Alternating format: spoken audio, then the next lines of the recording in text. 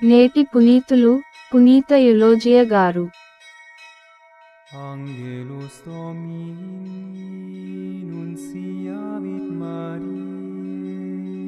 ఇక ఏడ్పులు గాని సహాయము కొరకు అంగలార్పులు గాని వినిపింపవు. సోమవారం మార్చి 11, 2024. మొదటి పట్టణం యెషయా గ్రంథము 65వ అధ్యాయం 17 నుండి 21 వచనాలు. ప్రభువైన యావే ఇట్లు పల్కుచున్నాడు, నేను నూత్నదివిని నూత్నభువిని సృజింతును. పూర్వ సంఘటనలను ఇక ఎవరును జ్ఞప్తికి తెచ్చుకొనరు. నేను సృజింపబోవు వానిని గాంచి మీరు సదా ఆనందింపుడు. నేను కలిగింపబోవు యెరూషలేము సంతసముతో నిండియుండును. ఆ నగర పౌరులు ఆనందముతో అలరారుదురు. నేను కూడా యెరూషలేమును చూచి ఆనందింతును, నా ప్రజలను గాంచి హర్షింతును.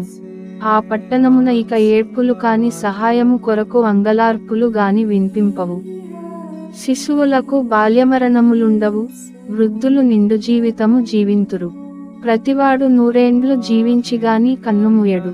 100 ఏండ్లు రాకమునుపే చనిపోవుట శాపముగా ఎంచబడును. ప్రజలు ఇండ్లు కట్టుకొని వానిలో వసింతురు, ద్రాక్ష తోటలు నాటుకొని వాని ఫలములారగింతురు. ఇది ప్రభువు వాక్కు.